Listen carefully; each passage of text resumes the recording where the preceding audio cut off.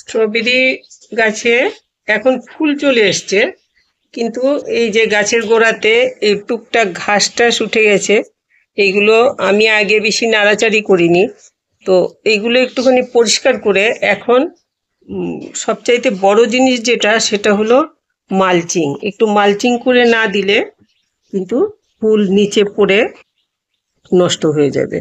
তো সেই জন্য আমি এখন একটু মালচিং করে দেখাবো। তো এইগুলো এই যে ছোট ছোট আগাছা হয়েছে, কিছু ঘাস টাসের ছোট ছোট এগুলো বেরিয়েছে, এগুলো আমি তুলে ফেলে দিচ্ছি। ফেলে দিয়ে তারপর সাইডগুলো একটুখানি নেড়ে দিই, তাতে করে যে ছোট এইরকম ঘাস টাস ওঠার ইয়ে থাকে, ওইটা একটুখানি কমে যাবে। নইলে মাটি নাড়াচাড়ি না পড়লে এই জিনিসগুলো হয়ে যায় তাড়াতাড়ি। আগাছাগুলো আগাছা পরিষ্কার করে না রাখলে এইগুলোতে এইগুলোর তলাটা একটু আবর্জনা আবর্জনা করে ফেলে। তো তখন কি হয়, গাছে পোকামাকড় উপদ্রব হতে থাকে, দেখা যায় না তলাটা। আর গাছের একদম গোড়ার থেকে যদি ঘাস ওঠে, পরে কিন্তু টান দিয়ে ঘাসগুলো শক্ত হয়ে যায়, গোড়া টান দিয়ে ফেলা যায় না, গাছের গোড়া নড়ে যায়, তাতে গাছের ক্ষতি হয়ে যায়। তো আমি এমনিতে এই সাইডগুলো একটুখানি নেড়ে দিচ্ছি, এইটা একটুখানি নেড়ে দিচ্ছি। এখানে একটা কিসের চারা উঠেছে বুঝতে পারছি না, ফেলছি না দেখি চারাটা, তো আর একটু বড় হলে ফেলবো আর কি। তো এই জন্য রেখেছি এই চারাটা। এই জায়গাগুলো আমি একটু নেড়ে চেড়ে দিচ্ছি যাতে আর ঘাস না হয়, ঘাস বা অন্য আগাছা যেগুলো, এগুলো যাতে না হয়। এখন তো ফুলের থেকে এই যে ফলে কনভার্ট হয়ে গেছে ফুলগুলো, এই যে হয়েছে, তারপর এই যে ফল বেরিয়ে এসছে, এটাতেও হয়েছে। এই যে ফলগুলো দেখাচ্ছি, এই যে ফল হয়েছে, এই যে এটা একটু বড় হয়েছে। তো এরকম করে গাছগুলোকে একটুখানি পরিষ্কার করে তারপরে একটু মালচিং করে দিতে লাগবে। তো আমি মালচিং এর জন্য বিশেষ কোনো ব্যবস্থা রাখতে পারিনি।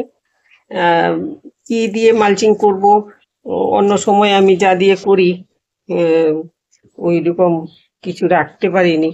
এখন আমি ওই যে গ্লেডিউলাসের ওপরের যে শুকনো কাভারগুলো থাকে, আমি দেখাচ্ছি, সেইগুলো আমি হঠাৎ করে মনে হলো যে আমি স্ট্রবেরি গাছের গোড়ায় এইগুলো দিয়ে মালচিং করতে পারবো।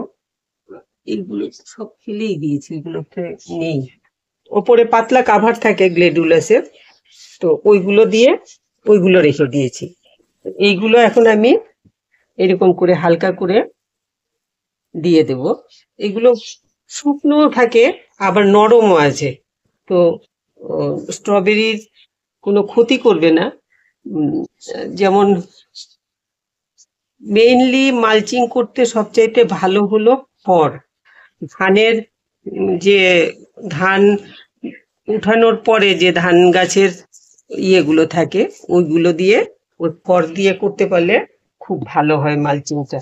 তো আমি তো ওইগুলো জোগাড় করতে পারিনি, আমি এইগুলো দিয়ে মালচিং করে দিই এইরকম ভাবে।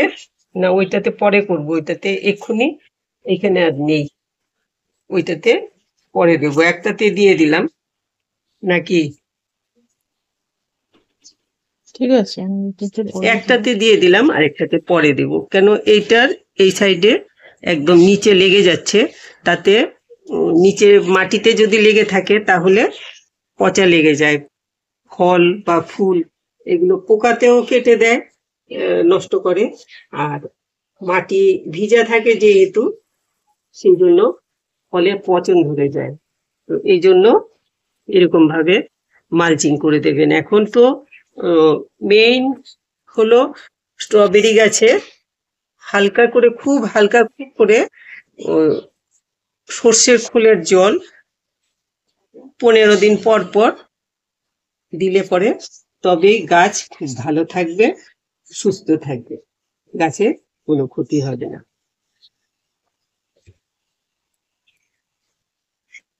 অল্প একটু পাওয়া গেছে, এইটুক দিয়ে এইটার এই যেই জায়গাটাতে ফুল এসছে এই জায়গাটাতে শুধু আমি দিয়ে দিচ্ছি, যাতে ফুলগুলো ফুল ফল দুটোই এসছে। এখন বেশি ইয়ে করবো না, তাহলে নষ্ট হচ্ছে। এইরকম ভাবে থাক, পরে আর একটু কিছু দিয়ে দেব। তো এরকম করে মালচিং করে দেবেন গাছে। আর 15 দিন পর পর একটু সর্ষের খোলের জল খুব হালকা করে, একদম কতটুকু বলবো, 2 লিটার জলের মধ্যে ছোট কাপের 1 কাপ পাতলা সর্ষের খোলের জল মিশিয়ে সেটা গাছের গোড়ায়, গাছে পড়ে না মতো করে বাইরের দিকটাতে একদম টবের সাইডে দিয়ে দেবেন। ও তাহলে স্ট্রবেরি গুলো ভালো হবে আর গাছের ক্ষতি হবে না। সর্ষের খোলের জল দেওয়ার সময় খুব লক্ষ্য রাখতে লাগবে যাতে কোনোভাবে গাছে না পড়ে, কারণ ওইটার থেকে ফাঙ্গাসের অ্যাটাক হয়ে যায় সর্ষের খোলের জলের থেকে স্ট্রবেরি গাছে। বিশেষ করে আমি দেখেছি, আমি প্রত্যেকবারই স্ট্রবেরি করি, কিন্তু বেশিরভাগ সময় দেখেছি ওই সর্ষের খোলটা দিলে পরে ওইটার থেকে ফাঙ্গাসের অ্যাটাক হয়ে যায়, যদি পাতা বা এইগুলোর এই যে ডালগুলো এগুলোতে যদি পড়ে ওগুলোর থেকে ফাঙ্গাসের অ্যাটাক হয়ে যায়। এই জন্য একদম গাছে পড়ে না মতো একদম সাইডগুলো দিয়ে দেবেন, যাতে শেকড়ে টেনে খাবারটা নিতে পারে। এইভাবেই যত্ন নিলে স্ট্রবেরি খুব ভালো হবে। হ্যাঁ, আর এই যে টবটা দেখতে পাচ্ছেন, এই টবটা কিন্তু আমি বানিয়েছি, বানিয়ে সিমেন্ট দিয়ে বানিয়েছি। বানিয়ে এটাকে আমি রং করে নিয়েছি। তো স্ট্রবেরি লাগিয়েছি, এখন লাল স্ট্রবেরি হবে, ফুলে পরে দেখতে অনেক ভালো লাগবে। আপনারা ইচ্ছে করলে নিজেরা এরকম টব বানিয়ে ওইটার মধ্যে স্ট্রবেরি লাগাতে পারেন। আরও বানিয়েছি ওইটাতে, ওই যে বড় করে এটা জারবেরার জন্য বানিয়েছিলাম, কিন্তু এটাতে রং করা হয়নি এখনো, জারবেরা লাগিয়ে দিয়েছি।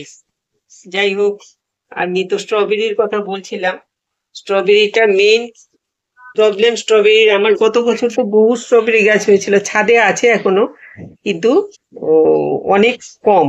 গতবার যেমন অনেক স্ট্রবেরি হয়েছিল, এইবার স্ট্রবেরি গাছ আমার বেশিরভাগই নষ্ট হয়ে গেছে। অতিরিক্ত বৃষ্টি হয়েছে এবার, আমি সব গাছ বাঁচিয়ে রাখতে পারিনি। তো এই জন্য আর একটু লক্ষ্য রাখবেন যাতে গাছে খুব অতিরিক্ত জল না পড়ে যায়। জল দেবেন তখনই যখন মাটিটা ধরে মনে হবে যে না, মাটিটা শুকনো হয়ে গেছে। এই যে এখন এরকম আছে, এটাতেও জলের প্রয়োজন নেই। এই যে এরকম মাটি আছে, তো এটাতে জলের প্রয়োজন নেই, একটু সেতে থাকলেই হয়। আর বেশি ভিজা করে রাখলে কিন্তু গাছের গোড়ায় ড্যাম্প হয়ে যায়। তো এই জন্য মাঝে মধ্যে 15 দিন পর পর একটুখানি নিম তেল স্প্রে করে দেবেন আপনারা। আমি তো আমার নিমের যে ওষুধটা তৈরি করি ওইটা স্প্রে করে দিই। তো এইভাবে করতে লাগবে। আর ওই ওই ওষুধটা স্প্রে করলে আর অন্য কোনো কিছু রোগ পোকাতে ধরে না স্ট্রবেরিতে। এইভাবে আমি স্ট্রবেরি করি, আপনারা এইভাবে করুন। আর যদি ফুল এসে থাকে তাহলে গোড়াতে মালচিং করে দিন, মালচিংটা খুব বেশি প্রয়োজন। মালচিং না করলে কিন্তু ফলগুলো নষ্ট হয়ে যাবে। গাছেও ওই যে একটুখানি সর্ষের খোলের জল টল এই সমস্ত সার কিছু দেওয়া হবে, ওইগুলোর থেকে ড্যাম্প হয়ে যায়, তাতে গাছের গোড়ার যে ড্যাম্পটা হয় ওইটা থেকে ফলে ড্যাম্প হয়, পাতাতে ড্যাম্প হয়ে নষ্ট হয়ে যায়। তো এই জন্য এখন মালচিং করে দিন। আমি তো এই যে গ্লেডুলাসের খোসাগুলো এগুলো দিয়ে মালচিং করলাম, আরো রয়েছে আমার ওইখানে খোসা আরো আছে, ওইগুলো এনে আরো ভালো করে দিয়ে দেবো, ওই জন্য হালকা করে দিয়েছি। আর আমার কাছে এক্ষুনি নেই দেখে আমি এগুলো দিয়ে করেছি। আপনারা তো ইচ্ছে করলে ধান গাছের যে খড় ওইগুলো ছোট করে কেটে ওগুলো দিয়ে মালচিং করতে পারেন, বা কোনো কিছু না পাওয়া গেলে শুকনো পাতা দিয়ে একটু হাতে ভেঙে ওইগুলো দিয়েও মালচিং করা যায়, তবে শুকনো পাতাতে অনেক সময় পোকা টোকাতে উপদ্রব করে। আর সুপুরির খোসা যে হয়, সুপুরিটা ছুললে পরে ওইটার একটা খোসা হয়, ওই খোসাটা আমি দেখাচ্ছি। এই যে সুপুরি আমার গাছের থেকে পাড়া হয়েছে, এইরকমটার খোসা না কিন্তু এটা, এটাতে, এটা তো কাঁচা, এটা কাঁচা মানে পেকেছে, কিন্তু এটার খোসাটার মধ্যে এই যে রস রয়েছে, এরকম করলে পরে এই যে রস দেখা যায়, ভিজা ভিজা বেরোবে, এটা দিলে পরে ড্যাম্প হয়ে যাবে। কিন্তু এই যে এটা শুকিয়ে গেছে খোসাটা, তো এটাকে জাতি দিয়ে শুলে এরকম করে বের করলে পরে আমি ওইগুলোই দেব বেশি, কারণ গ্লেডুলাসের খোসা বেশি নেই। জাতি দিয়ে করলে পরে খুব সহজে হয়ে যায়, এরকম করে শক্ত থাকে। এই যে এরকম করে যদি থাকে আপনার বাড়িতে, আপনাদের বাড়িতে সুপুরি গাছ, তাহলে এইরকম ভাবে সুপুরির খোসাও দিতে পারেন। আর একান্ত কিচ্ছু না থাকলে তখন নারকেলের খোসা, নারকেলের যে ছোবড়াগুলোও একটুখানি ইয়ে করে দিতে পারেন। তো এই যে একটুখানি এরকম করে এইরকম সুন্দর হয়ে যায়, একদম নরম হয়ে যায়, এই যে নরম একদম। তো এইগুলো দিলে পরে গাছের ক্ষতিও হবে না, আর গাছ ভালো থাকবে। এই যে এইরকম করে এইরকম করে দিয়ে দেওয়া যায়।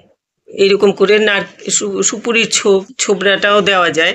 আর নারকেলের ছোবড়া ওইরকম ইয়ে করে দিলে পরে ঠিক এরকম ভাবে এরকম পেঁচা পেঁচা করে তারপরে দিতে লাগবে আর কি, নইলে পোকার উপদ্রব হয় নারকেলের ছোবড়া থেকে। চিনে বাদামের খোসা দিতে পারেন, চিনে বাদামের খোসাটা কিন্তু একটু শক্ত হয়, তো তো বুঝে দিতে লাগবে যাতে গাছে কোনো রকম চোট না লাগে। এইভাবে করতে পারেন, কিন্তু করতে লাগবে আর কি, এক্ষুনি মালচিং করে দিতে লাগবে। তো এই ছিল আজকে স্ট্রবেরি গাছের উপরে বললাম যে এখন গাছে ফুল এসছে, যাদের আপনারা মালচিং করে নিন, তাহলে পরে ফলগুলো ভালো থাকবে, ভালোভাবে ফলগুলো হবে। খুব দরকার মালচিং করার।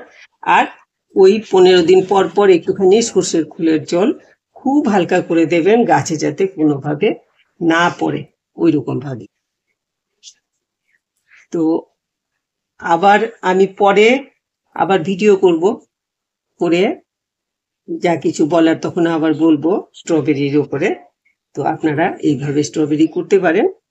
আমি আমার এক্ষুনি আমার গাছে যা করলাম সেটা আমি আপনাদেরকে দেখালাম। তো আপনাদের ভালো লাগে, যদি আপনাদের কিছু যদি কাজে আসে, একটুখানি দেখবেন, লাইক শেয়ার করবেন। আর ভালো লাগলে একটু লাইক শেয়ার করবেন, সাবস্ক্রাইব করবেন যারা সাবস্ক্রাইব করেননি এখনো। সবাই খুব ভালো থাকবেন।